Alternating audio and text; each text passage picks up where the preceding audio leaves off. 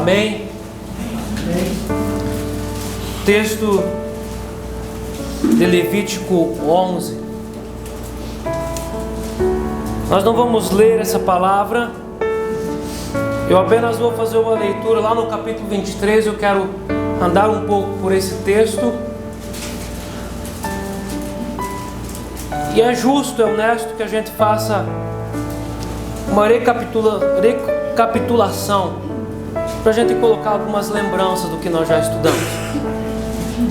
Nós começamos a estudar essa parte, essa fase do Pentateuco, lá em Gênesis. E a palavra Pentateuco, ela significa 5 livros ou 5 palavras. Pentateuco, 5, penta. Que é Gênesis, Êxodo, Levítico, Números e Deuteronômios. 5 livros. E a palavra Gênesis é o livro da origem. Gênesis significa geração, significa nascimento. A palavra Gênesis significa também genética da criação e da espécie humana. Gênesis. E o livro de Gênesis, quando nós estudamos ele, quando eu fiz a introdução para esse texto, eu fiz uma afirmação para vocês, que quem não entende Gênesis jamais conseguirá entender o Apocalipse. Porque o Apocalipse não é o livro do fim, como o diabo insiste em dizer para as pessoas. Quando o Apocalipse começa, ele começa falando sobre o reino de Jesus. Não é o livro do fim, é o livro do novo começo. Gênesis, genética, é a gênese do início de tudo. Primeiro homem, primeira mulher, primeiro casamento, primeiro pecado, primeiro assassinato, primeiro juízo em massa. Deus matou as pessoas com um grande dilúvio. A origem das línguas, primeiras línguas. A origem de Israel como povo. A origem das guerras. O livro do Gênesis fala sobre a origem de tudo. A origem da aliança de Deus com o homem começa no Gênesis. E outra vez, sempre de novo, eu vou afirmar para vocês que o Antigo Testamento, ele está completamente fundamentado em cima da graça de Deus. Como que nós podemos saber isso? No Antigo Testamento, a redenção. Quando Deus mata o cordeiro e ele faz vestes para Adão e Eva, quando o próprio Deus vem a partir do jardim do Éden, e ele ensina o Adão a ser o primeiro sacerdote, isso é graça. Quando Deus alcança Sete, quando Deus alcança Metusalém, quando Deus alcança Noé, isso é graça. E assim como nos dias de hoje, nós fomos alcançados pela graça e não pelos nossos méritos. Todas as vezes que a partir do capítulo 8 de Mateus, alguém chega diante de Jesus, ele não chega apresentando méritos, mas ele chega apresentando a sua miséria. E por causa da miséria, Jesus faz um milagre na vida da pessoa. Gênesis é o livro de todos os começos, a origem da aliança de Deus com o homem, a origem da necessidade de um Redentor. E quando nós olhamos, todas as coisas acontecem. E sempre de novo, o mundo dá um círculo. O mundo, a história não é cíclica, nós caminhamos em direção ao fim. Mas em Eclesiastes 1:9, o texto diz: o que foi e o que há de ser e o que se faz, isso tornará a fazer. Nada há, pois, de novo debaixo do sol. As coisas continuam se repetindo. Gênesis. O segundo livro que nós estudamos, e foram muitas aulas, foi o livro do Êxodo. Lá no grego, Éxodos. E Êxodo significa ato de emigrar. Significa via, caminho, partida, saída, marcha, expedição. A palavra Éxodo significa todos esses adjetivos. Expedição, imigração, saída. A grande peregrinação do povo de Deus do Egito para as terras palestinas, essas terras chamadas de Canaã, foi o grande êxodo da saída do Egito em direção à terra prometida. E essas terras foram prometidas para Abraão foram prometidas para Isaac, foram prometidas para Jacó, e Deus estava cumprindo a aliança que Ele tinha feito com Abraão. Por isso que aconteceu o Êxodo. O Êxodo carrega dentro de todo o texto, ele carrega um epistelo, uma epístola, uma mensagem, um grande tema. O Êxodo carrega essa mensagem da santificação e da continuidade. O Êxodo carrega essa mensagem tão pesada, tão influente: santificação e continuidade. Era necessário que o povo se desintoxicasse de todos os ídolos egípcios, de todos os costumes egípcios, inclusive dos apetites das cebolas e das carnes egípcias, e começasse de comer o pãozinho do céu e a água da rocha. Santificação. Mas o Êxodo também fala de continuidade. E todas as vezes que um grupo de pessoas entrava no meio para ferir a continuidade da caminhada, Deus matou. E todas as vezes que se levantava um líder junto com Moisés, que ajudava nesse projeto de continuidade, Deus honrou. Deus honrou Josué e Caleb, enquanto que os outros espias queriam interferir na continuidade do projeto. Josué e Caleb foram aqueles mensageiros, as ferramentas que ajudaram na continuidade do projeto. Continuidade. E o Êxodo é o período entre a conversão e a glorificação de uma pessoa.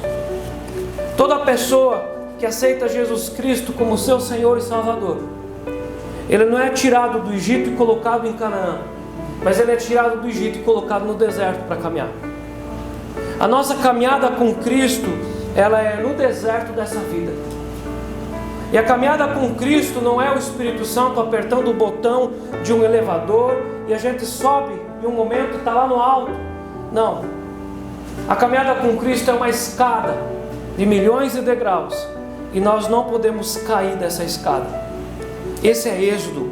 Todo aquele que creu em Jesus, toda aquela mulher que tem um nome escrito no livro da vida, ela precisa entender que ela está nessa jornada do Êxodo. Saiu do Egito, saiu do pecado, saiu de debaixo da escravidão e agora está caminhando para a nova Canaã, que é o novo céu e nova terra. É a nossa maior esperança que Jesus prometeu. E quando nós estudamos o Levítico, o livro do Levítico, no culto anterior, quando nós falamos sobre Nadab e Abiú, nós já chegamos folhando e passando pelos textos até o capítulo 10, porque o texto dos rituais é o texto que mostra que tudo aquilo que Deus deu para Moisés estava acontecendo. Todo o Levítico tem essa mensagem do que Deus deu para o povo estava acontecendo. Nós vamos encontrar as primeiras rebeliões só em Números, mas o texto de Levítico, ele vai apresentar que todos os rituais que Deus deu, que Deus mandou fazer, estavam acontecendo tanto no santuário, que é Santo dos Santos, quanto no santo lugar do candelabro, da mesa de incenso, da mesa dos pães, quanto no pátio onde era feito o sacrifício em cima do altar de bronze, a lavação de mãos e pés na bacia de bronze, quanto fora das cortinas do tabernáculo. Tudo estava acontecendo e a palavra estava se cumprindo. O Levítico, ele tem essa mensagem apostólica e profética sobre a igreja dos nossos dias, aquela igreja, aquele cristão que cumpre tudo aquilo que Deus pediu, tanto da leitura da palavra, quanto do quebrantamento de joelhos, a oração, que é o sacrifício, quanto a obediência do sacrifício. O Levíticos é o texto que nos dias atuais ele tem essa mensagem de cumprimento da obediência. Quando você vai folhear o texto de Levítico em casa, tem alguns textos que falam sobre a obediência. Era para obedecer sempre, outra vez e continuamente. O caminho do reino do Senhor é um caminho de obediência. Submissão, obediência. Submissão e obediência. No grego, a palavra Levítico é Levitikon. Levitikon. Grego. No hebraico é Torat. Kohanim, Torat Konahim, que é Levítico, contém instruções sobre o cumprimento dos deveres do sacerdócio, como o sacrifício de animais e outros rituais que ajudariam a ensinar os filhos de Israel a respeito de Jesus Cristo e o ato da expiação. Todas as vezes que os rituais eram feitos, os israelitas estavam proclamando a sua fé no Cristo que viria. O livro refere-se aos levitas. Levítico é substantivo masculino, o único livro formado inteiramente por leis religiosas e éticas. É um livro cheio de leis religiosas e leis éticas, leis de purificação. Todas as leis acerca de sacrifícios estão no Levítico. Nenhuma dessas leis foi anulada, mas todos os preceitos passaram para a nova aliança. Nós não chegamos mais à presença do Senhor hoje com uma pombinha, com um cordeiro, com um cabrito ou com um novilho, mas o preceito continuou o mesmo. Deus deixou bem claro que Ele quer misericórdia e não sacrifício. Ele quer obediência e não sacrifício de animais, porque a obediência é o sacrifício do coração. Levíticos, ele carrega as leis acerca de como agradar ao Senhor Deus Yahvé. A Bíblia é muito clara que nós não podemos orar do nosso jeito. E a pergunta quando nós falamos de orar não é como, mas o que tem na oração. Nós precisamos nos importar com o que Deus quer ouvir. Lógico, a Bíblia ensina isso. Aquela mensagem que o diabo espalha pelas igrejas de o importante é fechar os olhos, é aquilo que vem no coração e na mente. Não, a Bíblia ensina que há uma necessidade de aprender a fazer como Deus quer. O preceito do Levítico continuou passando da antiga para a nova aliança, e o sangue de Cristo fez essa ligação, e o preceito não morreu. Levítico carrega as leis acerca do sacerdócio. O sacerdócio cristão não desapareceu. Todo cristão, todo convertido é um sacerdote que levanta de manhã e faz a sua oferta, faz o seu sacrifício, prepara o seu alimento. Todo cristão é um sacerdote que deve interceder por alguém. Todo homem cristão casado é sacerdote da sua casa. Isso não é algo relativo que, na nossa comunidade é assim, alguém outro lá, uma outra comunidade cristã pode dizer, mas aqui a gente não adotou essa medida. Não. O cristianismo não é um grande buffet que eu passo ali e eu escolho apenas o que eu quero comer. O cristianismo é o pacotão da fé. Ou eu pego tudo, ou eu pego nada.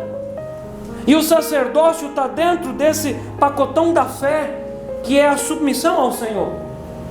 Se você é convertido, você é um sacerdote. Se você é um homem, pai convertido, marido convertido, você precisa ser o sacerdote da sua casa. E uma casa onde é que o homem não é sacerdote, é uma casa que a gente tem que ter muita misericórdia e lamentar muito, porque as coisas são perdidas, são desagradáveis e são fora do prumo. Às vezes a família vai bem financeiramente, mas de nada adianta ir bem financeiramente se a nossa vida espiritual com Deus está capenga, está pobre, miserável, estéril, que causa nojo para os olhos e para as narinas do Senhor. Levíticos traz a lei acerca das ofertas, mas eu tenho que ofertar segundo Deus quer? Mas não tinha no momento da minha vida algum pastor que disse para mim, não, é segundo o teu coração. Você não viu isso também? A Bíblia não ensina isso. O problema é que algumas linhas teológicas pegam lá aquilo que Paulo fala em 2 Coríntios sobre a oferta, e ele diz que deveria ser com generosidade, e ele usa a palavra que seja de coração, mas não significa que é segundo o nosso coração. A Bíblia ensina sobre regras de oferta, e naquele mesmo texto do apóstolo Paulo em 2 Coríntios, ele fala que é uma semente que produz sementeira. E a oferta e os dízimos não são segundo a nossa vontade. Aquilo que nós conversamos recentemente sobre Mateus 22, sobre a festa, sobre as bodas, a festa não é segundo a nossa vontade, e nós não podemos, dentro da festa do Senhor, fazer a nossa festinha particular. Dentro do reino do Senhor, todas as coisas são segundo a sua vontade. E se nós comparecermos diante do Senhor de mãos vazias ou segundo a nossa vontade, nós somos rejeitados. Sim, graça, mas nós não cremos na hipergraça. E a graça não é a autorização para a gente fazer conforme a nossa vontade. A graça é capacitação para a gente poder obedecer. Graça é capacitação de obediência. Levítico carrega a lei acerca dos crimes, porque o sacerdote também era investigador. O sacerdote era aquele que ia atrás da família que estava em pecado e descobria por que ele estava pecando. O sacerdote investigava uma casa onde supostamente tinha ciúmes e talvez um do casal estava traindo. O sacerdote era médico, ele era criminalista, ele era policial. O sacerdote fazia todos esses trabalhos. Ele era cozinheiro dentro do santuário, porque ele tinha que preparar a sua comida. Os 2 filhos de Eli, a Bíblia diz que eles catavam a carne que eles queriam. Por que a Bíblia tem essa informação? Porque os sacerdotes eram responsáveis pela sua alimentação. A Bíblia ensina sobre lei acerca de crimes. Levítico traz as leis acerca de quem tinha escravos.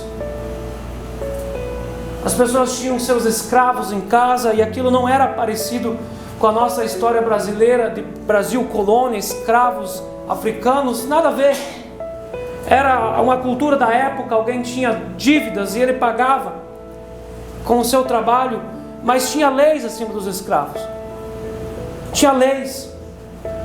Quando era a festa do Pentecostes, o ano do Pentecostes, o escravo era despedido, ele tinha liberdade decretada. E quando era a grande festa do Pentecostes, dos 50 anos, os escravos eram libertos. Era lei acerca dos escravos, e Deus sempre prezou para que o Senhor tratasse os seus escravos e os seus empregados com humanidade e com justiça. Levítico traz isso. Levítico também fala das leis acerca dos cuidados com o corpo. Eu não sei você, mas eu já ouvi a pregação de que o corpo apodrece mesmo. Não, a gente tem que cuidar da alma e do espírito, porque o corpo vai embora mesmo. E essa teologia é uma teologia errada segundo a Bíblia. Essa ideia, ela não vem dos judeus, essa ideia vem dos gregos. Os gregos entendiam que o corpo não prestava para nada, mas Deus ensinou o seu povo, o povo de Deus foi ensinado pelo próprio Deus, a partir de Moisés, que era necessário cuidar do corpo, cuidar dos olhos, dos ouvidos, da cabeça, cuidado mental, o cuidado corporal. A Bíblia ensina que nós precisamos cuidar do corpo. E nessa caminhada, nessa peregrinação do Egito para em direção a Canaã, Deus ensinou o seu povo acerca de todo o culto, acerca de todas as ofertas, acerca de toda a submissão. E um dos temas que entrou no ensino de Deus com o seu povo foi acerca do corpo. Então nós não precisamos entrar em discussões. O capítulo de Levítico 11, se a gente vai comer isso, comer aquilo, não comer ou deixar de comer, mas permanece o preceito. O que Deus quis com isso? Esse texto você vai ler em casa, vai fazer parte da sua tarefa durante a semana. E eu volto a dizer que aqueles que leem a Bíblia todos os dias passam por esse texto pelo menos 2 vezes por ano. Então você já deve ter passado algumas vezes e vai ler ele de novo.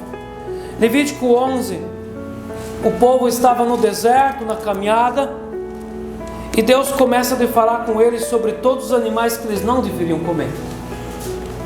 Quando eles saíram do Egito, nós temos por certeza que eles levaram cabritos e ovelhas. Deus seria injusto se Deus pedisse que o povo fizesse um sacrifício se eles não tivessem cabritos e ovelhas junto.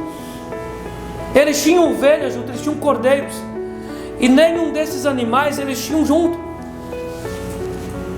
Quando você vai ver aqui, ele começa a falar no verso 2 dos animais da terra, no verso 3 tinha unhas fendidas, no verso 5 o arganaz é uma espécie de coelho, é dessa espécie.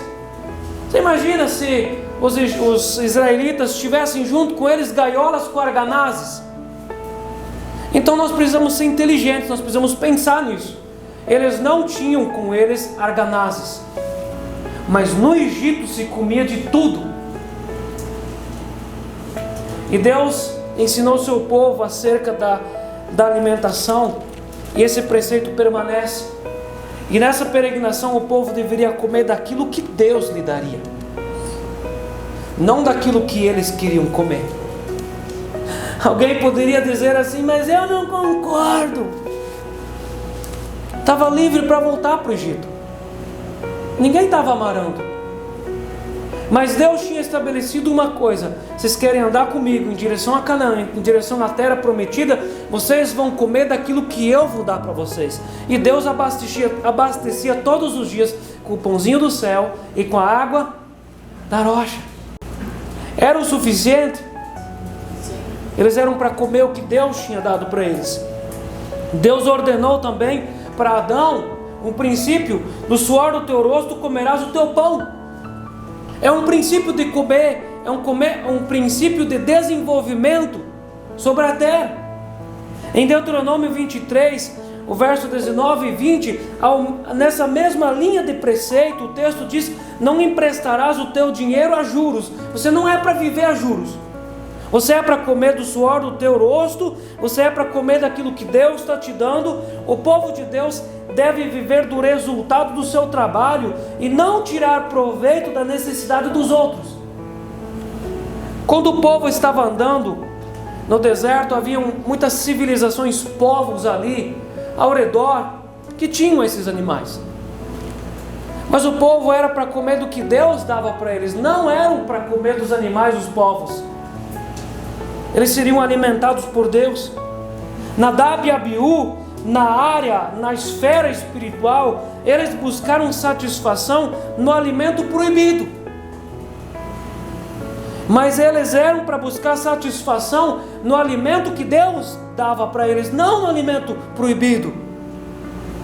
E é sempre fatal buscar algo fora de Deus. Não existe nada para você fora de Deus. A única coisa que existe para um ser humano fora de Deus é escravidão, subjugação e condenação. Fora de Deus o fogo parece bom, mas é um fogo estranho. Fora de Deus a comida parece boa, mas é veneno.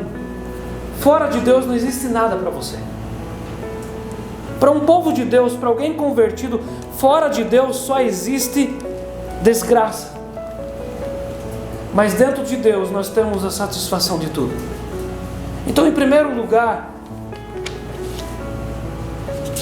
nós devemos comer aquilo que Deus mandou comer. Em segundo lugar, Deus se importa com o nosso corpo. Deus se importa com o nosso corpo. Algumas tarefas de casa dos nossos estudos bíblicos, nós falamos e nós ouvimos sobre os cuidados do corpo. Amém? É necessário cuidar do corpo. Quando o corpo vai bem, a alma ora melhor. Quando o corpo vai bem, o espírito se entrega melhor. Quando o corpo vai bem, o nosso culto é melhor, nosso devocional é melhor, a nossa vida é melhor. Olha uma vez para alguém que não cuida do corpo, ou está desanimado e sempre para baixo, ou a cabeça está bagunçada por causa de muitas substâncias tóxicas na corrente sanguínea, colesterol, ácido úrico e tudo isso. Tem uma comprovação científica, é fácil explicar.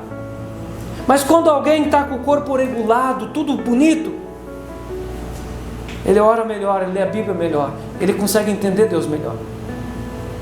Isso é só um dos pontos. A terra veio de quem? De Deus. A palavra de Deus tem poder de fazer as coisas do nada, e uma das coisas que Deus fez foi a terra. Ela veio de Deus. E o corpo do primeiro homem veio da terra, e a terra veio de Deus. Logo a sua origem, a origem do corpo está em Deus. A nossa alma, o espírito não tem DNA, cromossomos, plaquetas, mas o corpo tem. O DNA veio de Deus. Tudo veio do Senhor. 1 Coríntios 6, 19 e 20, o apóstolo Paulo insiste em nos ensinar. Ele diz: acaso não sabeis que o vosso corpo é santuário do Espírito Santo? Ele nos leva àquela figura do tabernáculo. E quando o apóstolo Paulo fala do santuário, ele fala daquela área do tabernáculo onde estava guardado a Arca da Aliança, os 10 mandamentos, o propiciatório onde estavam os querubins, e por detrás dos querubins Deus falava. Ele não é comparado ao santo lugar e nem ao átrio exterior, mas o corpo é comparado ao Santo dos Santos, ao santuário onde estava a Arca da Aliança. Assim como a Arca da Aliança era a alma de tudo aquilo que estava concentrado ao redor, era a alma do povo, era a alma do sacerdócio, era a alma de todos os sacerdotes. Se tirasse a Arca da Aliança, o santuário perderia o seu valor. Assim o nosso corpo é o santuário que guarda a alma, o espírito e a presença de Deus. Em 1 Coríntios 3,16, Paulo diz: não sabeis que sois santuário de Deus e que o Espírito de Deus habita em vós? Se alguém destruir o santuário de Deus, Deus o destruirá, porque o santuário de Deus, que sois vós, é sagrado. O nosso corpo é importante. Por isso que o ser humano, ele preza tanto por um sepultamento digno. E assim como alguém vive, ele também é sepultado. O ser humano preza por um sepultamento, os animais não. Mas o ser humano é necessário que ele tenha um lugar de sepultamento, ele tenha uma lápide, ele tenha uma lembrança. Quando um pai falece, ele deixa filhos órfãos, sempre o conselho vai ser que os filhos sejam levados no sepultamento, para que eles enxerguem o final daquilo, para que não fique uma lacuna na alma. É necessário enxergar. O ser humano, ele tem um corpo, e o corpo é precioso, o corpo faz parte dos planos de Deus. 1 Tessalonicenses 5, verso 23, Paulo diz: o mesmo Deus da paz vos santifique em tudo. Ele começa a demonstrar: o vosso espírito, alma e corpo sejam preservados íntegros e irrepreensíveis na vinda do nosso Senhor Jesus Cristo. Para entrar para a eternidade não vai apenas entrar alma e espírito, vai entrar corpo glorificado. O corpo é importante para Deus. E eu entendo que Deus está nos despertando para a gente pensar sobre isso. O corpo é importante para Deus. É o santuário do Espírito Santo. 1 Tessalonicenses 4, verso 13 e 17, todo aquele texto que Paulo trabalha, ele fala que todos ressuscitarão dos mortos, todos. Nós damos a nossa ênfase aqui para aquilo que nos interessa. Todos os cristãos vão ressuscitar dos mortos, todos. Em Apocalipse 20, verso 13, Jesus inclusive diz que o mar dará aos seus mortos. Todos ressuscitarão. Aqueles que foram jogados nos mares, aqueles que foram comidos de animais, tudo dará de volta o corpo de todo ser humano, porque o corpo é precioso e importante. Em João capítulo 5, verso 28, Jesus diz: porque vem a hora em que todos os que se acham nos túmulos ouvirão a sua voz e ressuscitarão. João 5, 28. Todos. E quando Jesus fala aqui de todos, ele fala inclusive dos ímpios que faleceram cabritos e vão um dia ressuscitar cabritos. Quando o apóstolo Paulo fala lá em 1 Coríntios sobre a ressurreição, ele fala que a semente cai na terra e aquela semente precisa morrer para depois ressuscitar um corpo. E aqueles que foram plantados cabritos vão ressuscitar cabritos, mas aqueles que foram semeados, plantados ovelhas, vão ressuscitar ovelhas. É necessário cuidar do corpo. Amém, irmãos? É importante a gente ouvir isso, que nós precisamos fazer exercício físico, cuidar da alimentação, e nós não podemos ficar pensando que exercício físico é para quem está acima do peso. Exercício físico é para todo aquele que tem um corpo. Muitas pessoas no passado cuidaram mal do seu corpo, e quando faleceram, deram a culpa em Deus. Deus quis assim.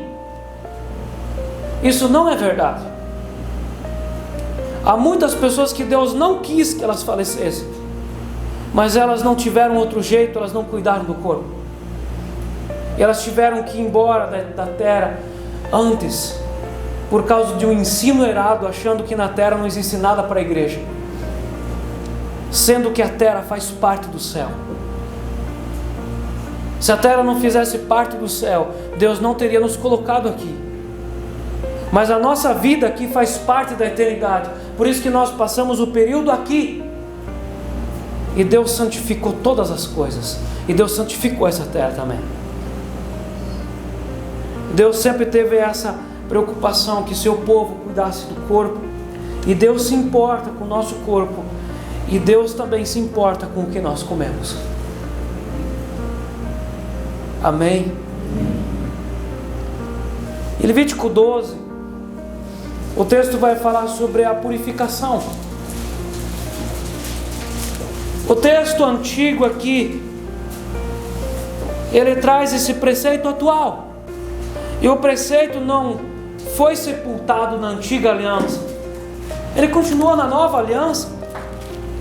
E esse texto de Êxodo 12, ele traz aqui o preceito da purificação da mulher depois do parto. Mas esse texto também não fala só dessa purificação, mas no 13, no 14, fala aqui de uma forma específica de uma doença que tanto no Antigo Testamento como no Novo é entendido como uma doença da alma. Capítulo 13 e capítulo 14 fala sobre a lepra, como o sacerdote deveria de tratar a pessoa com lepra, a casa com lepra. E no capítulo 14 aqui é um texto da graça, porque o texto diz leia acerca do leproso depois de sarado.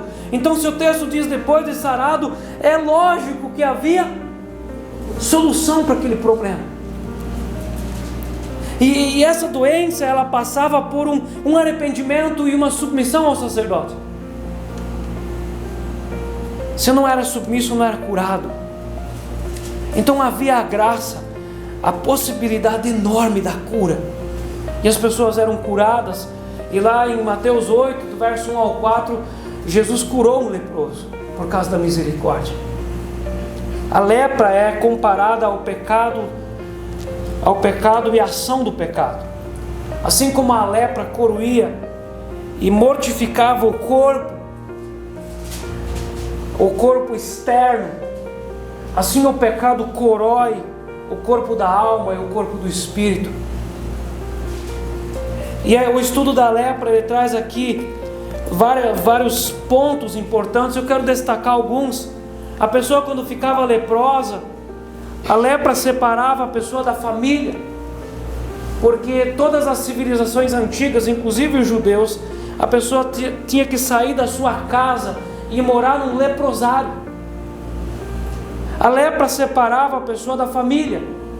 Aquele pai cheio de lepra, ele não podia mais abraçar a sua esposa, ele não abraçava mais os filhos, ele não podia mais dar afeto para a família.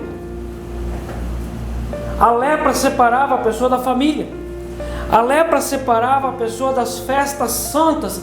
Quem era leproso não podia ir na festa da Páscoa, ele não podia fazer parte da festa dos tabernáculos, ele não podia fazer parte das festas de Pentecostes.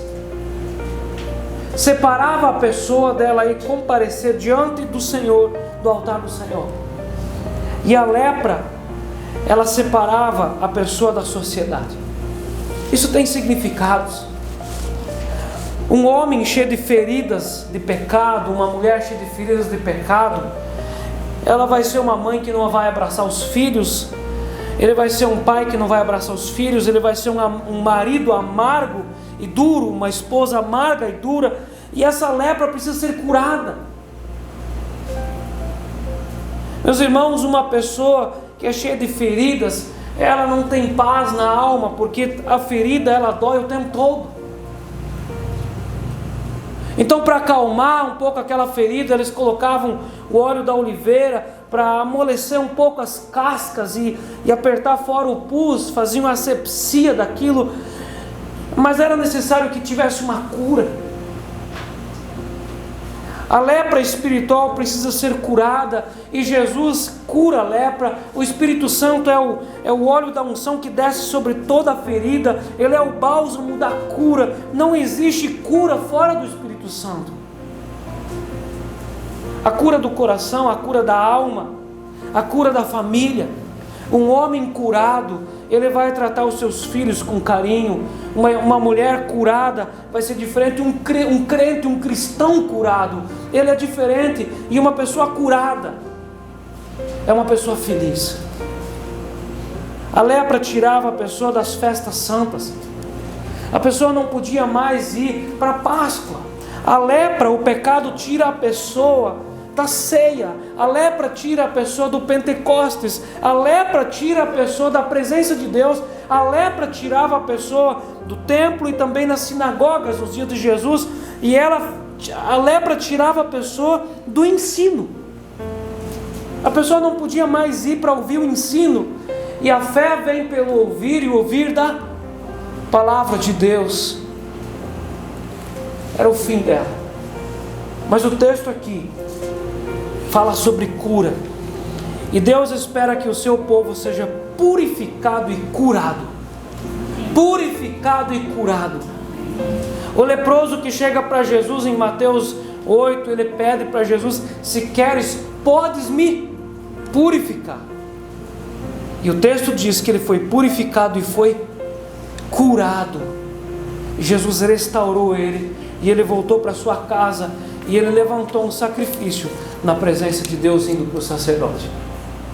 A Bíblia fala aqui sobre curas. Nós vamos ir folheando. No capítulo 15 fala sobre a sujeira do homem, da mulher, a imundícia, e fala sobre a santificação, sobre a limpeza. Capítulo 16 fala sobre o dia do grande sacrifício na Páscoa, o dia da expiação. Verso 17, leis referentes à matança dos animais.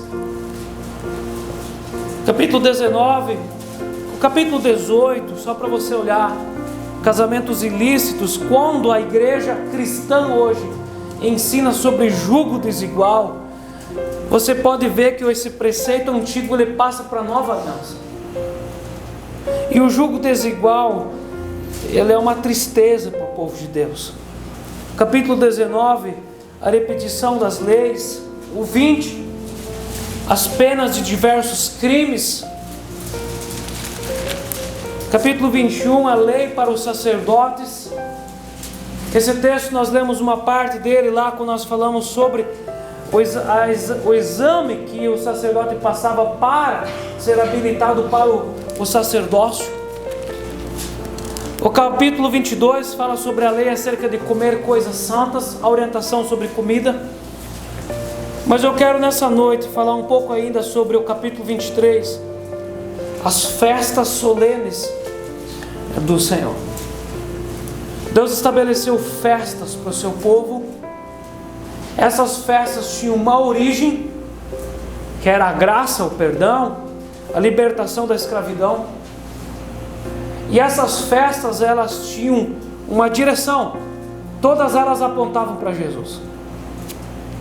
E a primeira festa aqui, no capítulo 23, é a festa do sábado. A lei de guardar o sábado passou, mas o preceito permaneceu. O sábado não substituiu o domingo. O domingo não substituiu o sábado. Senão nós seríamos neo-judaizantes. Não há uma substituição. E Jesus não ensina isso. Nem Paulo e nem as cartas gerais. Mas a Bíblia ensina que há um novo dia de festas por causa do grande acontecimento de tudo isso que aconteceu em Cristo. Então tudo isso se reuniu sobre Cristo, e hoje a igreja de Jesus guarda o primeiro dia da semana exatamente por causa da ressurreição do Pentecostes. Mas o preceito permanece.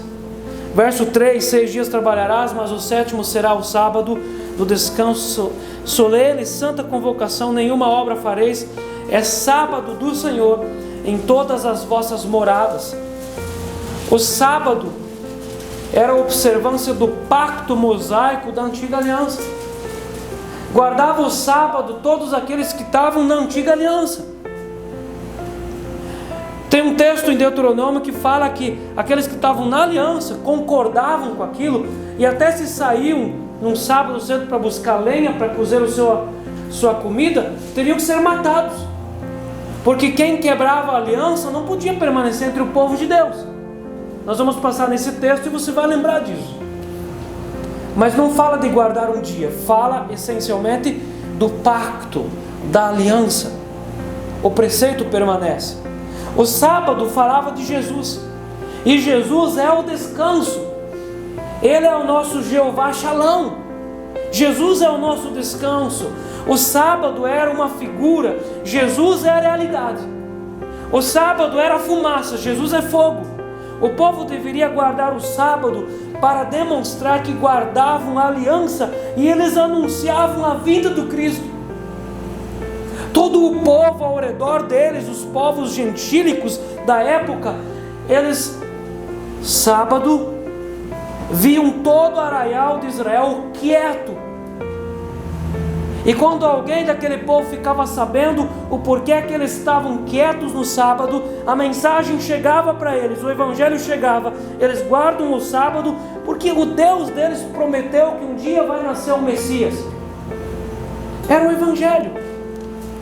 Todas as vezes que eles guardavam o sábado, todas as semanas, eles estavam anunciando que eles criam no Messias que viria. Olhos não viram, mas eles creram pela fé que Jesus viria, com todas as vezes que eles guardavam o sábado.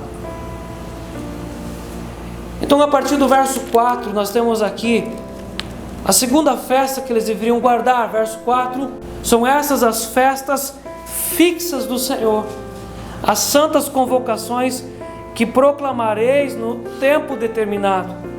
No mês 1º ao 14 do mês, no crepúsculo da tarde, é a Páscoa do Senhor.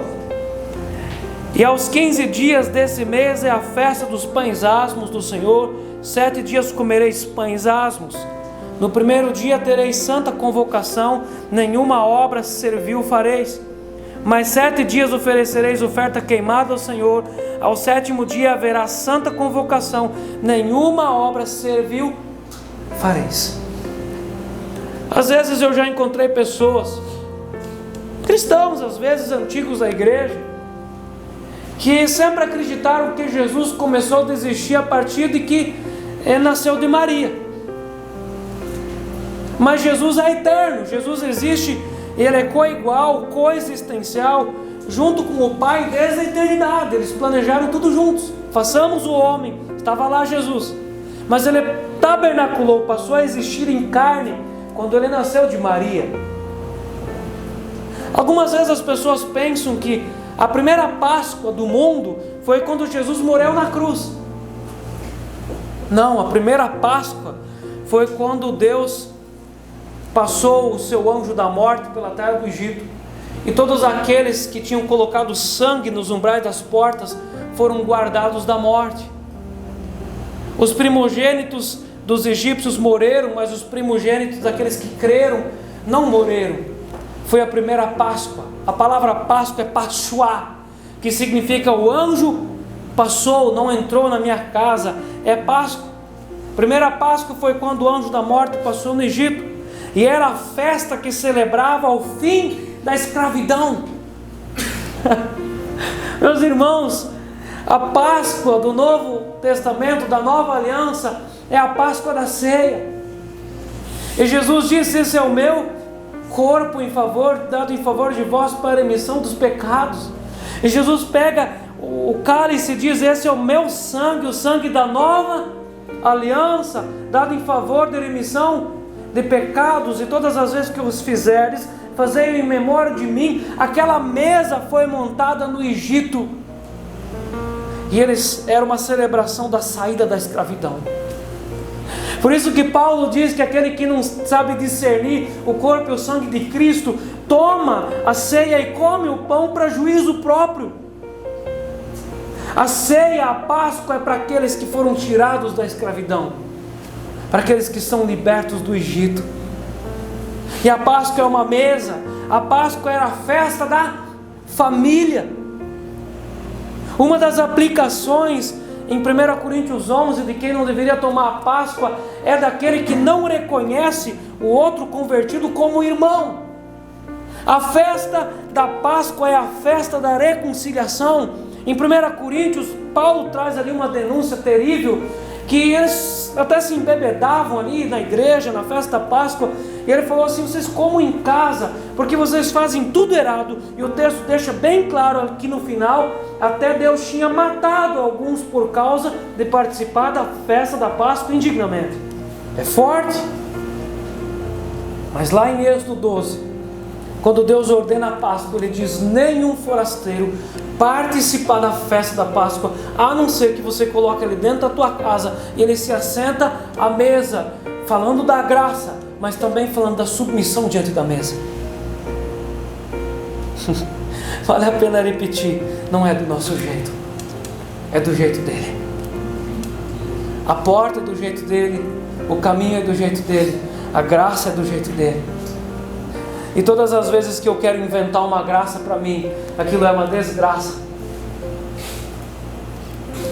E a festa da Páscoa era o cordeiro e os pães asmos e as ervas amargas, que falavam do Calvário, da substituição e da morte vicária. Pão asmo falava do corpo de Jesus pendurado na cruz. Pão asmo era sem fermento e sem sal, era um pão sem graça.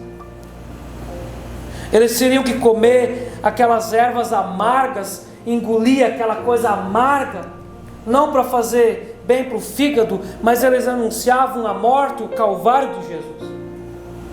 E eles teriam que comer o cordeiro de um ano, sem mácula, e aquele cordeiro, segundo algumas leituras que eu já fiz, era colocado dentro da casa daquela família. Durante um mês eles cuidavam daquele cordeiro, e aquele cordeiro comia pãozinho na mão das crianças, tomava água. Era um cordeiro que convivia com a família, e era tão duro matar aquele cordeiro.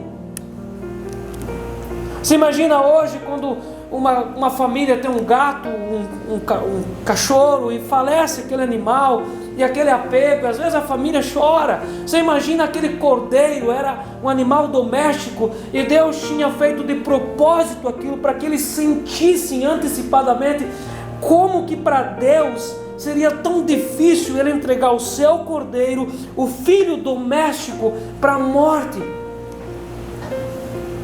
E eles teriam que comer aquela festa da Páscoa durante 7 dias.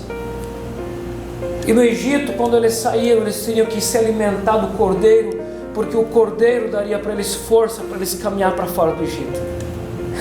Quem não come do cordeiro não tem forças para caminhar fora do Egito. Quem não se alimenta dos pães asmos não consegue sair da escravidão. Quem não come das ervas amargas não consegue fugir dos laços do diabo. Por isso que o cristianismo ele é construído também debaixo de sacrifícios de obediência, ervas amargas. Você pode dizer um amém que você entendeu? Amém. Então eles comemoravam a festa da Páscoa. E no verso 9 em diante, o texto vai falar aqui da festa das primícias. Entre a festa da Páscoa e o Pentecostes, no verso 15, haviam 50 dias. Por isso que o texto lá de Atos 2, 1 e 2 começa dizendo: ao cumprir-se a festa de Pentecostes, estavam todos reunidos no mesmo lugar. Algumas pessoas pensam que o Pentecostes começou a desistir no dia que o Espírito Santo desceu. Não. A festa do Pentecostes era a segunda maior festa do povo de Deus. Era uma celebração, era a festa da colheita. Algumas igrejas mais tradicionais no sul do Brasil, elas têm o culto da festa da colheita, que eles chamam de ação de graças. É um ato bonito, as pessoas trazem para o culto mantimentos, produtos. Às vezes as pessoas moram no interior, trazem frutas, o que eles conseguem colher no seu sítio, e colocam diante do altar do Senhor, para lembrar da festa do Pentecostes, que é a ação de graças. Entre a festa da Páscoa e o Pentecostes, haviam 7 semanas. E nessas 7 semanas, os judeus, eles colhiam o trigo, a cevada, a oliveira, eles faziam todas as colheitas. E na festa do Pentecostes, eles levavam as suas oferendas, seus sacrifícios, para o culto do Pentecostes. Por isso que vem a tradição cristã, com ação de graças. Eles levavam os seus produtos, os seus dízimos e as suas ofertas, de tudo o que eles tinham colhido, os seus dízimos dos animais, os dízimos de todas as coisas, eles levavam na festa do Pentecostes. Nos dias de Jesus, quem não ia para Jerusalém na festa da Páscoa, ia para Jerusalém na festa do Pentecostes. E a festa do Pentecostes era também um ato de peregrinação, que as pessoas ficavam durante uma semana sentadas ou morando debaixo de tendas nas ruas de Jerusalém, para lembrar os tabernáculos, lembrar que eles viveram 40 anos no deserto, e eles faziam aquele ritual do sacrifício no templo, e eles esperavam que acontecesse algo da parte de Deus. Eles esperavam que a fumaça do Santo dos Santos subia, mas no dia que aconteceu o Pentecostes em Jerusalém, o verdadeiro Pentecostes, não foi fumaça que subiu, mas foi fogo que desceu. Jesus não é fumaça, o Espírito Santo não é fumaça, Ele é fogo. Os judeus trabalhavam 6 dias e descansavam 1. Eles plantavam durante 6 anos, e no 7º ano a terra descansava. Era a ordem, Deus tinha mandado. A cada 7 ciclos de anos, 7 vezes 7 dá 49. Cada 7 ciclos, o ano 49 e o ano 50, eles não plantavam. E o que nascia no campo deveria ser para os peregrinos, e quem catava as espigas de trigo e aquilo que sobrava nas videiras, nas oliveiras, mas eles não deveriam colher. E é uma promessa bíblica que quando findava esse ciclo, o 6º ano de cada ciclo, Deus dava produtividade em dobro, para que eles vivessem o ano 7º e que eles tivessem outra vez provisão de plantio no ano 1º, quando começava um novo ciclo. E quando se estabelecia os 7 ciclos que Deus tinha ordenado, era o ano 49 e os 50, eles não plantavam, eles não colhiam, mas eram os anos da graça, da misericórdia, da restauração. Nos dias de Jesus, dificilmente um judeu vivia 2 Pentecostes de 7 ciclos. Por isso que os sacerdotes, eles eram encarregados de tocar a trombeta por toda a terra de Israel, anunciando que era o ano do Pentecostes, que era o ano da graça, em que os escravos eram soltos, em que as viúvas recebiam porções dobradas, em que havia um renovo sobre a terra. E quando o Espírito Santo desceu, Deus começou um novo ciclo. O Pentecostes era a festa da colheita, então tinha trigo novo. Aquele Pentecostes que nós conhecemos, que é o verdadeiro Pentecostes depois da ressurreição de Jesus, era o Pentecostes do trigo novo, e Jesus é o trigo novo. Esse Pentecostes era o Pentecostes do vinho novo, e Jesus é o vinho novo. Esse Pentecostes era o Pentecostes do óleo novo, era o óleo do Espírito Santo que desceu, o consolo para toda ferida, a cura para toda lepra, a cura para toda desgraça, era a restauração de tudo. Deus veio como restauração em Cristo Jesus e no seu Espírito. E a graça estava anunciada desde os dias dos fundamentos de Deus, do alicerce das Escrituras, chamado Levíticos. E todos os anos era feita a festa da Páscoa, a festa dos tabernáculos e a festa do Pentecostes. Quando o povo se afastava do Senhor, eles paravam de celebrar a festa da Páscoa, porque a festa da Páscoa não faz sentido para quem cai fora da aliança. A ceia não faz sentido para um não convertido. Mas quando eles se arrependiam dos seus pecados, em Neemias 8, há choro pelos pecados e a volta da Páscoa, a volta do Pentecostes e a volta da festa santa. Esse texto ele anuncia a graça. O Pentecostes era a festa da restituição, era a festa da liberdade, era a festa do descanso, era a festa do novo começo, era a festa do consolo, era a festa da graça. Amém. Eu quero terminar aqui, porque senão eu não vou parar de falar. Eu sou encantadíssimo por isso. Meus irmãos, há restauração para todas as feridas, há cura para todas as teimosias. Mas nós precisamos acessar a Páscoa e o Pentecostes. Meus irmãos, a Páscoa era a festa da misericórdia, mas o Pentecostes era a festa da graça. Nós precisamos colocar dentro da nossa casa tanto o santuário como as festas do Senhor. Por isso que nós trabalhamos já há algum tempo, que nós precisamos restaurar na nossa casa a mesa. Aonde é a mesa? A partilha. Aonde é a mesa? Há sempre um evento de graça.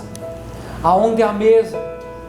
Existe atitude de longanimidade, porque às vezes o casal não está bem, eles sentam na mesa, bicudo, um na frente do outro, e partilham do pão e da comida. A mesa é a graça. A mesa é o lugar mais humano da casa. Nós precisamos estabelecer a mesa do santuário do Senhor também. No Salmo 73, o salmista diz: mas quando eu entrei no santuário, então eu me atinei, então eu comecei a pensar diferente. Quando eu entrei no santuário, então me voltou a consciência das coisas. Eu parei de pensar besteira e comecei a pensar na verdade do Senhor. Amém. Você pode fechar os teus olhos para orar comigo. Pai, obrigado, Senhor Deus, pela Tua palavra nos nossos ouvidos e nosso coração. A Tua palavra é excelentíssima, é o óleo novo, é o vinho novo, é o odre novo, é o trigo novo. A Tua palavra é a graça que se renova. Seu Deus, eu não sei, mas eu às vezes sinto que é uma graça nova de novo, todo dia de novo. É como se não fosse a mesma graça, mas o Senhor vai renovando e multiplicando, porque ela é multiforme graça. Obrigado, Senhor, que a Tua palavra nessa noite trouxe consolo ao nosso coração, que a Tua palavra trouxe aquietação na nossa alma, que a Tua palavra ela pode restaurar, curar. A Tua palavra é o Cordeiro do céu que nos alimenta nessa caminhada. A Tua palavra é o pão asmo que nos leva para Jesus. A Tua palavra são as ervas amargas que nos levam a mastigar o sacrifício, a obediência e anunciar os Teus caminhos. Em nome de Jesus, Senhor Deus, eu quero pedir perdão por pecado, Senhor. Quando nós anunciamos a Tua Páscoa, o Teu Pentecostes, nós também anunciamos remissão de pecados. Senhor Deus, em nome de Jesus, penetra, Senhor Deus, o Teu Espírito em todas as casas desse lugar, em todos os lares, e quebranta toda a teimosia. Em nome de Jesus nós declaramos, Senhor, Subjuga toda a obra de Satanás. Todo espírito de rebeldia, todo espírito de coração duro, todo espírito de desobediência, todo espírito de dúvida, seja colocado por terra em nome de Jesus agora. Em nome de Jesus. Para a tua igreja ser limpa, sarada, santificada e restaurada. Em nome de Jesus. Amém. Amém. Amém. Amém.